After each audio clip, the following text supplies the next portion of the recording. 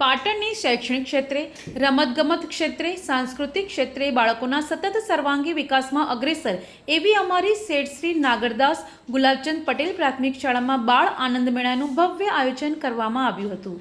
જેમાં ખાણીપીણીના સ્ટોલ, રમકડા, કટલરી, પુસ્તકાલય પ્રદર્શન, વિવિધ ગેમ્સ, સ્ટેશનરી, ઋષિમુનિઓના પાત્રો દ્વારા શિક્ષણ તેમજ બાળકોને આનંદ કિલ્લોલ માટેના સેલ્ફી પોઈન્ટ, નવી રાઇડ્સ રાખવામાં આવી હતી.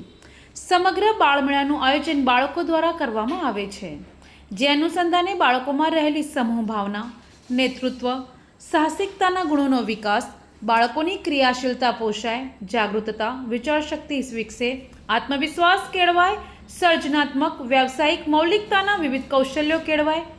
આમ બાળકોમાં પોતાનો સર્વાંગી વિકાસ થાય તથા શૈક્ષણિક સતત સર્વગ્રાહી મૂલ્યાંકન અંતર્ગત બાળકોની અંદર રહેલી સુષુપ્ત શક્તિઓ બહાર લાવવા માટે બાળ આનંદ મેળાનું આયોજન કરવામાં આવ્યું હતું.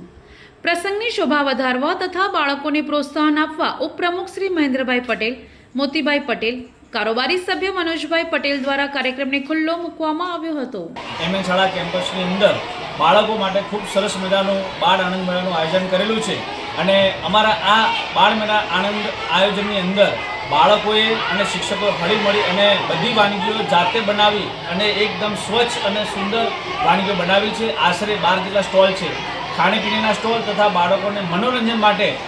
હિંચકા, લપસણી, ઊંચી કૂદ અને મિકી જમ્પિંગ જેવા અલગ રાઇડ્સ પણ રાખવામાં આવી છે.